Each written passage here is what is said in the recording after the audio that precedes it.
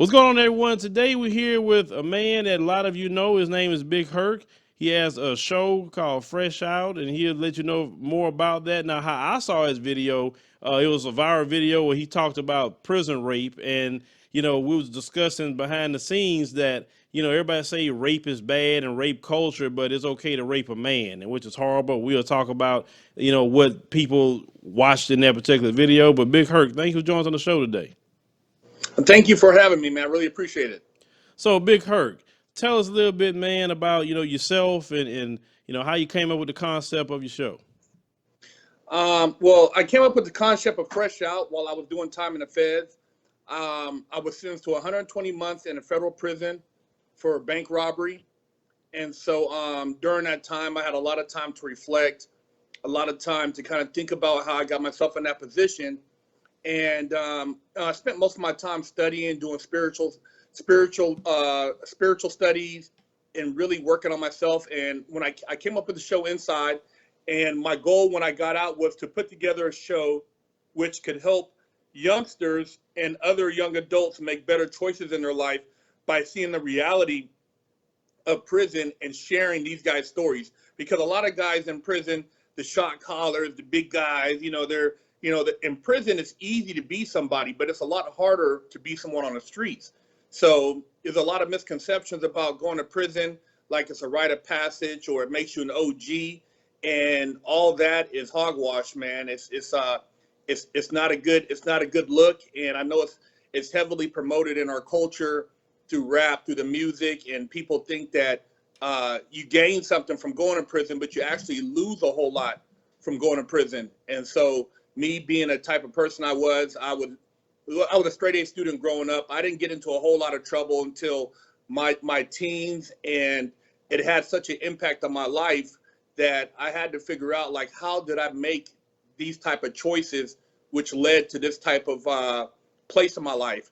And so I take all that I've learned, and through Fresh Out, Life After the Penitentiary, through Prison Talk, I try to provide just entertaining but informative information out there to these youngsters, so that hopefully I can impact them and they won't have to waste their life in prison, getting caught up in all this prison labor stuff and just losing their family and just their livelihood.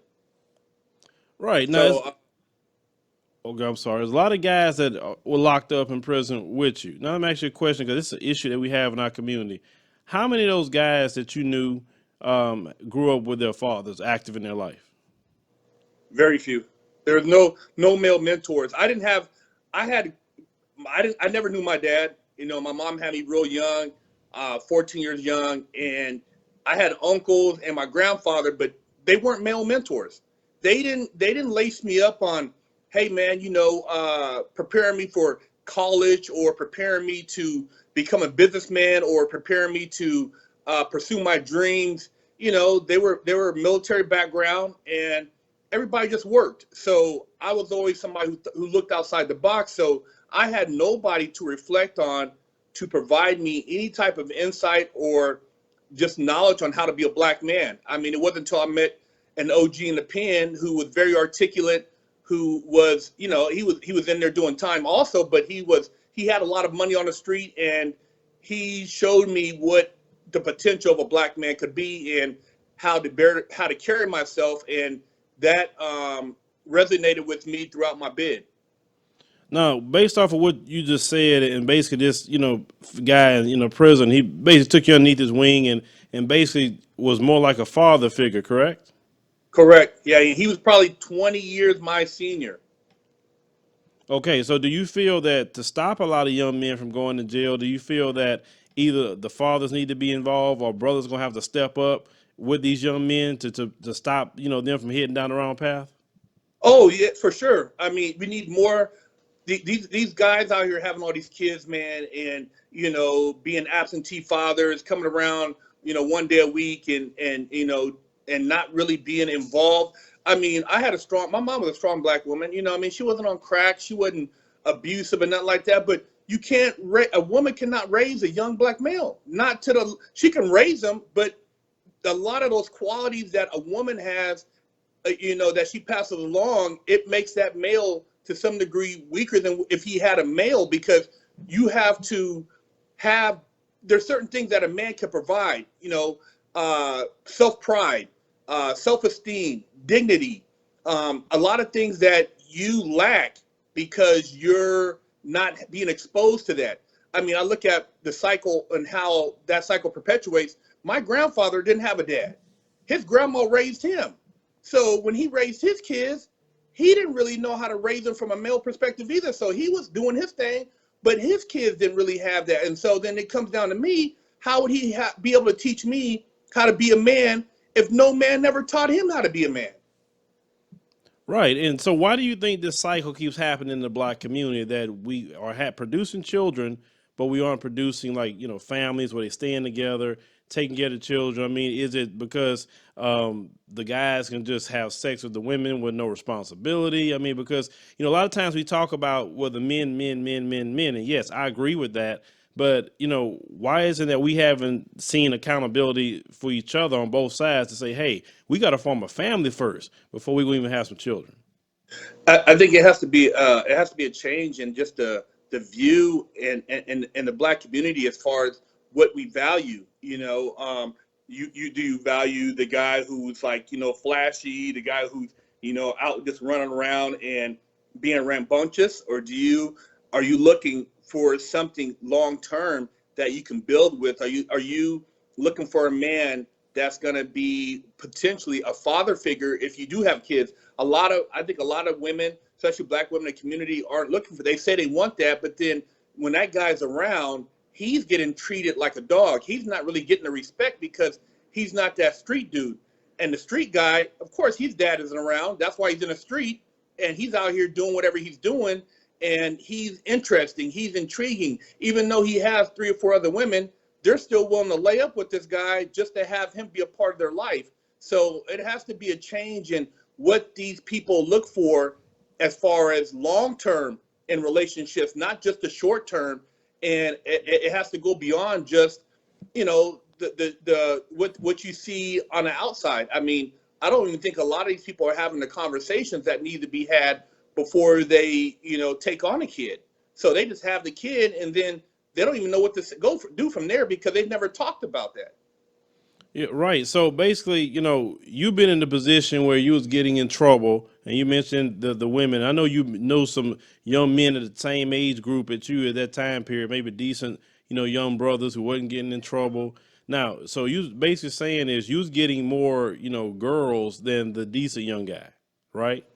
Well, before I even started selling drugs, I've been to juvenile hall. I've been to California Youth Authority, which is a young men's prison, and then I went to the Fed. So I had built up momentum to go to eventually what led me to the penitentiary. So it wasn't like I woke up one day, decided to commit a bank robbery. No, I had already been building myself up for this unknowingly because of just the way my subconscious was interacting with my conscious. So I'm saying before I even committed a crime, I was looking up to, I was going to school, straight A student, playing sports, but the guys who were getting all the attention, which looking back now, these guys shouldn't even been coming up to the school. These guys that graduated maybe 2 or 3 years ago. They're dope dealers with the Jerry curls, with the loud music, with the cars, and the girls. Yeah, they might have been dating a basketball player, or football player, or whatever, but they also had their dope dealer guy on the side. So all that, is intriguing, and it kind of pulls you to want to think that, hey, maybe being a square, is it really going to pay off? What's going to be the end game? And when you have somebody maybe telling you there is an end game and that you have something that you're working towards, you won't be entertained by the short term as much. But a lot of, at my particular high school, it was a known school for a lot of D boys, a lot of athletes, and so it was a culture, and so people bought into that culture. And a lot of guys, I've seen a lot of guys in juvenile hall, in prison, that were very athletic, very talented, but got caught up in a dope game because they wanted to get that lifestyle right now. They didn't have anybody telling them, hey man, prepare yourself for college, do this, and think about, future alumni and making connections. And, by the time you hit your 30s, you'll be very well off. and these guys are going to be in prison, man. You got to think about that. Nobody was telling any of us that. Right. So basically, what you're saying is, you was a good student, you made good grades, you okay.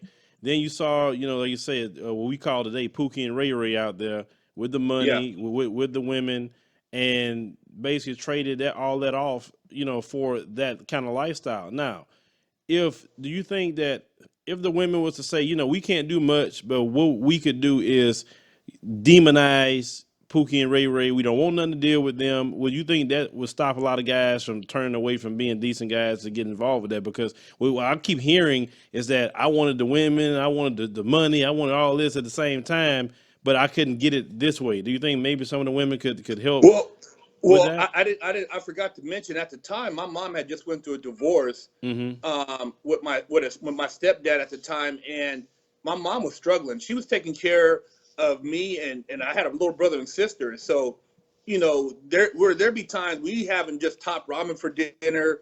We couldn't afford milk. I mean, it was real tough. So on top of the fascination with the lifestyle, and I lived on a street where there was a lot of drug dealers. I also felt that I had to step up as a man and start helping out financially. Our finances was horrible. So, when you're dealing with not only, trying to demonize Ray Ray and Pookie, I think Ray Ray and Pookie need to flip the game and tell the youngsters that, hey, man, I went through this and it's not glamorous. You get out here and we're not glamorizing having caught a RICO case or a conspiracy case. Man, this is what you got to look out for. And you guys need to go ahead and go back to school and start becoming lawyers and doctors and different things like that. So I wouldn't demonize these individual brothers because they're very strong. There's a lot of very intelligent, smart brothers that are educated in prison, but it's a matter of these guys now using their influence to impact these youngsters, because these youngsters are going to look up to them. A youngster is going to look up to the OG who was a kingpin at 24, who did 17, 18 years, who gets out, who's now trying to maybe, lace these guys up. They're going to listen to him before they're going to listen to a Jay-Z or to a Russell Simmons, because these are real people. They've heard about these guys in the neighborhood, and when they come out and they're not bragging about prison and they're actually offering some sense of mentorship, it's honorable. These kids feel like, wow, this is somebody that my uncle talked about, and he's telling me that this is some garbage.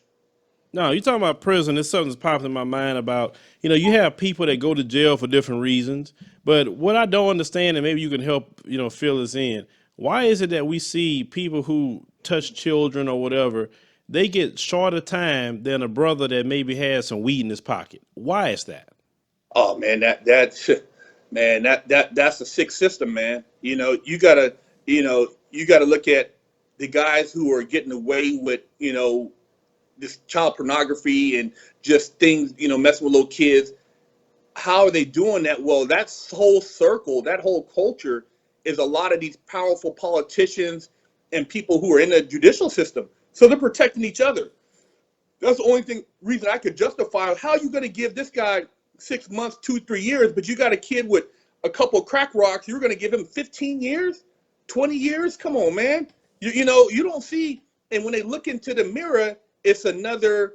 And I'm just keeping it real how it is. You see a Caucasian male. So, and there might be some blacks in there too. I'm not saying that there's Mexicans, Hispanics, but majority, when you see the white male, they see him and they're like, well, I don't feel like. I heard a judge say one time, I don't feel like this guy, he's a working class guy. If he could survive like that, so he don't need to do that much time because it would be detrimental to him. Well, it's no more detrimental to him than it is to a young black man who you feel that he can do the time. I've heard him say that, hey man, you're young, you can do the time. How can I do the time any different than this child molester? This child molester gets a pass. You guys don't have no problem putting him on probation, a year in probation or counting time of probation, but you're going to get this guy 15, 20 years and turn him into a barbarian? So the system is biased. I mean, all you got to do is look at it from the inside out. It's biased, and those individuals are favored by the system that basically promotes whatever agenda they're trying to promote. Now, we also coming up on the 400 years anniversary of slavery here in America, and we know that the 13th Amendment allows slavery in prison because you go to prison, you are a slave according to the Yeah, slave 13th labor. Amendment. So, Could you relate to people the actual slavery that goes on in the prison system? Because it seems like they're okay with it, because the majority of people they're trying to lock up is black males. So what goes on behind bars in the area of prison slavery? Well, I was in the feds, which is different than the state, but it's no different than what they got going on in Angola and some of these prisons in Louisiana where they got the chain gang. You got to go out there and cut collard greens, okra. You know, you're picking cotton. It's basically labor. I mean, they got a guy who commits murder, right? And this guy, they give him life, but this is a guy, he's been in there since he's 17, 18, and he's basically a cost-effective work entity that we can exploit for the next 40 years. So this is labor that we're implementing into the labor force to compete with these third world countries with the wage factor, the wage war. I mean, in the feds, you got guys in there making equipment for the military, making equipment for the Humvees, making military furniture. There's all type of stuff that's being sold on the market that's being manufactured through the prison system. And the thing is, rather than not work, see, my whole thing is when I went in prison, I refused to work a regular job because I felt like I was already in captivity. And I was willing to suffer and not have a bunch of commissary in my locker because of that. But a lot of guys, these hardcore drug dealers, gangsters, they get in there and they want to continue to live this life and buy the new shoes and commissary and do these big spreads. So they go and work for the factory and sacrifice their beliefs or their positions for the sake of making, $200-300 a month. So without those factories, those prisons were shut down.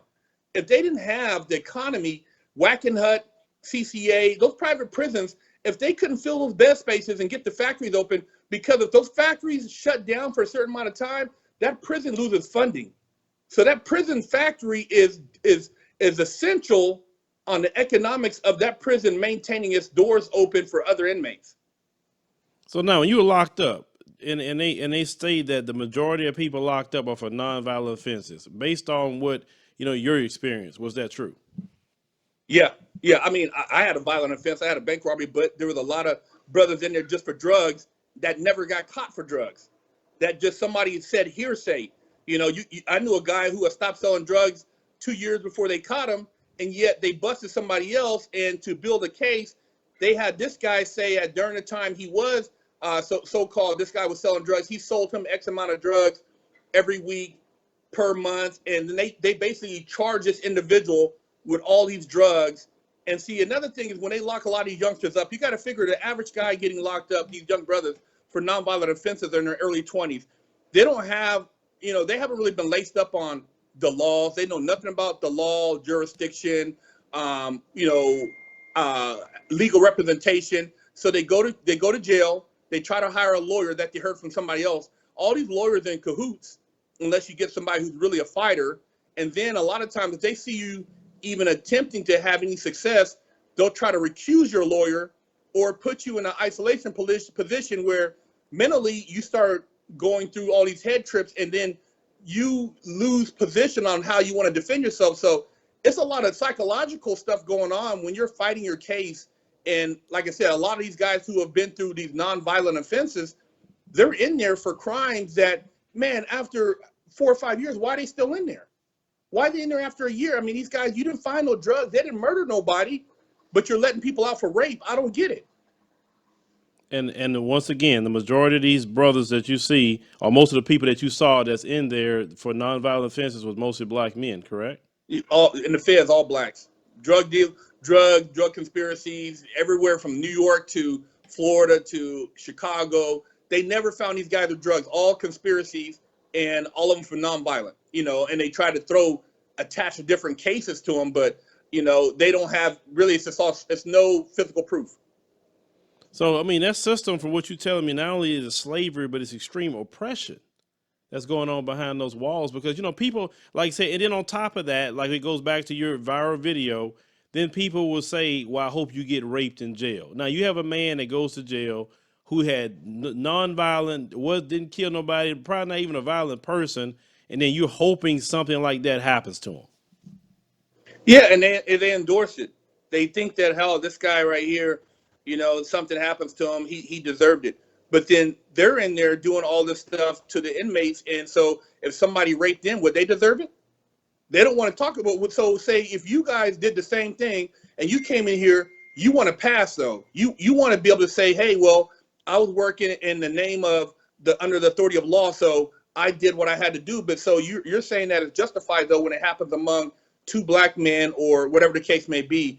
And like I said, a lot of times when you put young people in these violent these violent situations, and then you promote a certain agenda, it just feeds off itself. So yeah, it's a lot of oppression because a lot of people, I mean, they don't even know. I mean, my whole hustle in prison was doing law for people. I studied the law. I did habeas corpuses. I did help people with their appeals, legal research. Most of these guys have no clue what the hell their case is about. They know nothing about the law. They barely had a GED. So the majority of the black males in there, when you start talking about their case, a lot of these guys are sitting in front of TV watching BET, and when they see me come from law library, they're like, "Hey man, you hear anything about anything new?" No, okay man, let me know if you see something, hear something. And they'll still sit there and they're working. They don't even have the inclination to go and do the research themselves because they're not capable.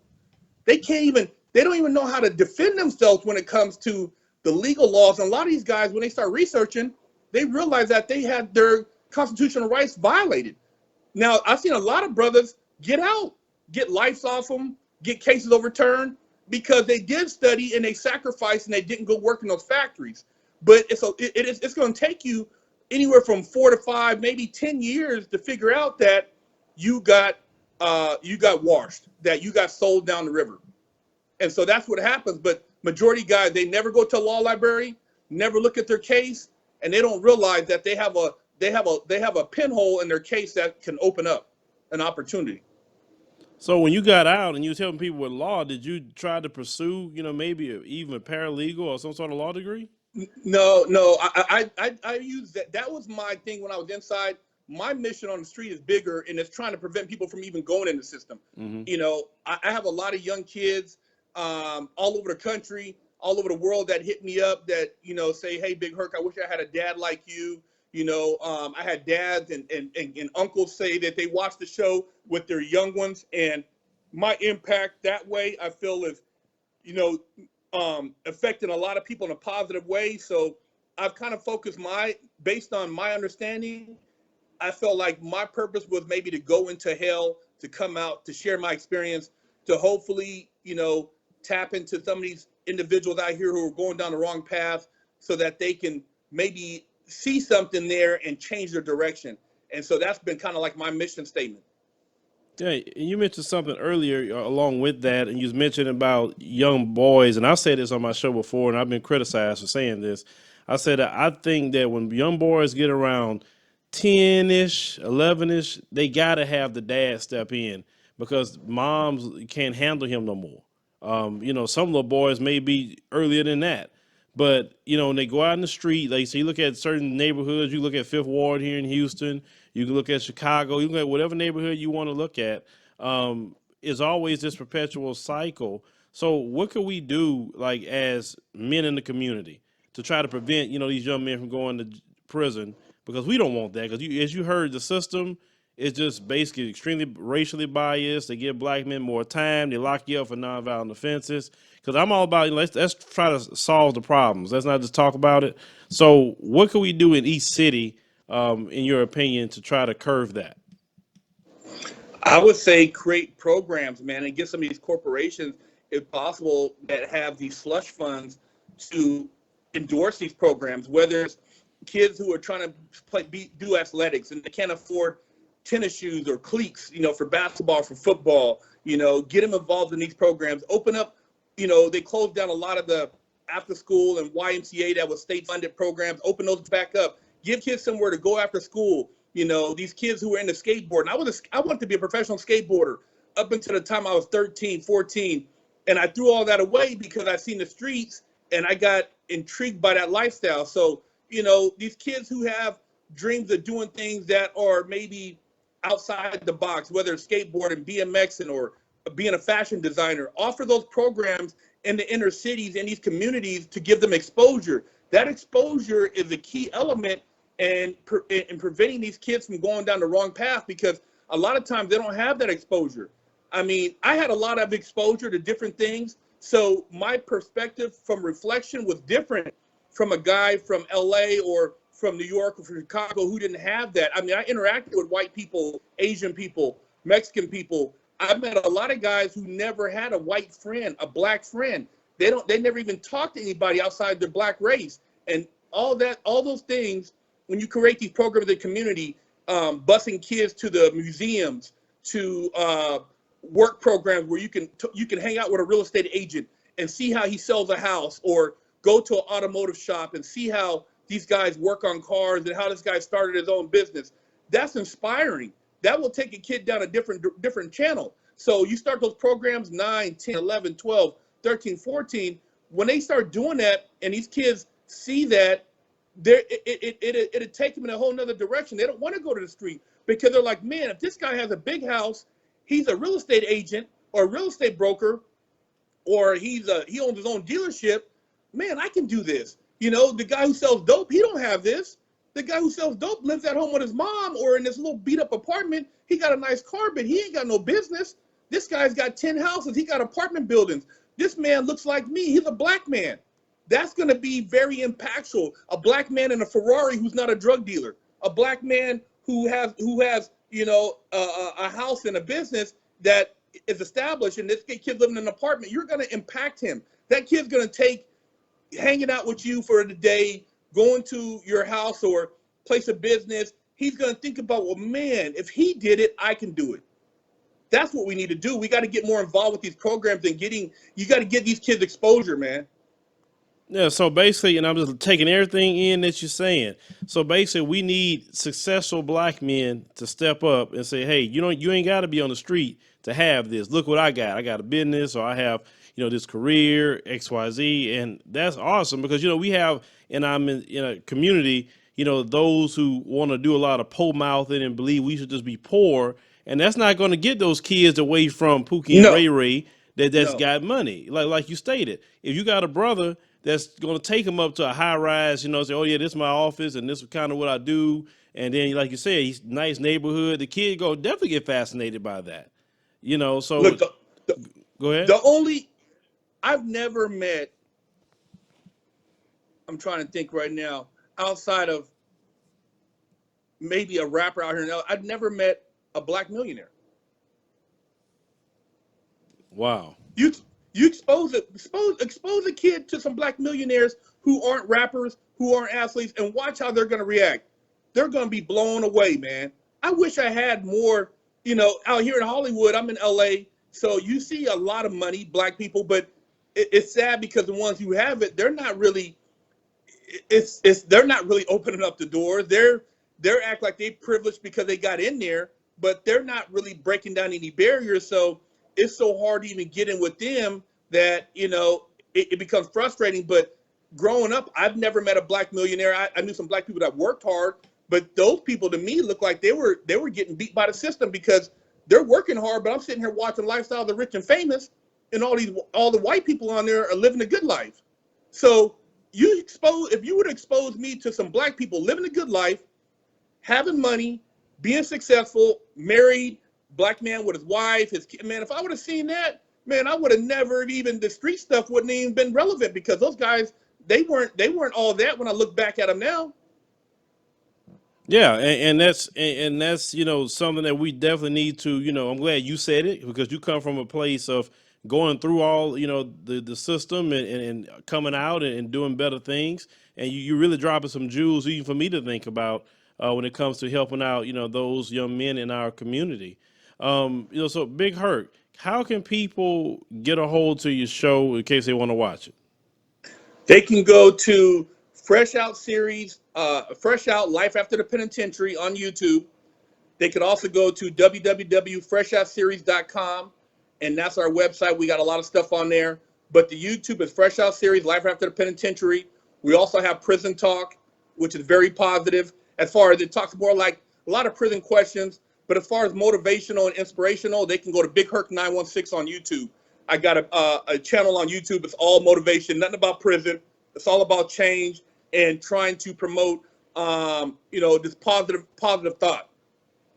Yeah, so ladies and gentlemen, please, we'll put the links in the pinned comment on YouTube, so you can go and see all the channels that he's talking about. Let your young men who's maybe out there watch his series. Like I say, he's telling you what's going on, what happened in the inside. He can relate to it because maybe you can't tell him nothing, but they can listen to Big Herc. And we have to also get involved with our kids a lot more. Brothers, as you heard, that some of you successful brothers start taking up time with some of these young men and show them it's a better life than out there what Pookie and Ray Ray got going on. That's right. Yeah, for sure. So, Big Herc, I thank you, brother, for, dropping, so many jewels today. It's very, very helpful and definitely a great conversation. Let me know, like I said, if you guys need anything, or so you definitely, got any kind of help or with us. And like I said, if you guys ever run across any institutions or schools that want somebody to come and speak or talk to the kids, man, I have no problem with that. I'm always open to trying to spread the word. And I know a lot of times kids think it's a joke, but hearing it from certain people, it has a certain effect. And I think that even if you could reach one or two of the kids in that group, it can make a difference. So I'm all about sharing the knowledge and hopefully inspiring some of these kids to go on to do things that could become greater than ever what you would ever get out of prison. That's right. So, like I said, we're all about solutions, and this brother is about trying to help the black community, trying to save our children and our young men from a system that's just trying to eat them alive and try to use them as slaves. As you heard the brother say earlier, they got them still out there picking cotton in 2018. That's what I was just still shocked about that you said during this conversation. But, brother, thank you for joining us, brother. Thank you. I appreciate it, man.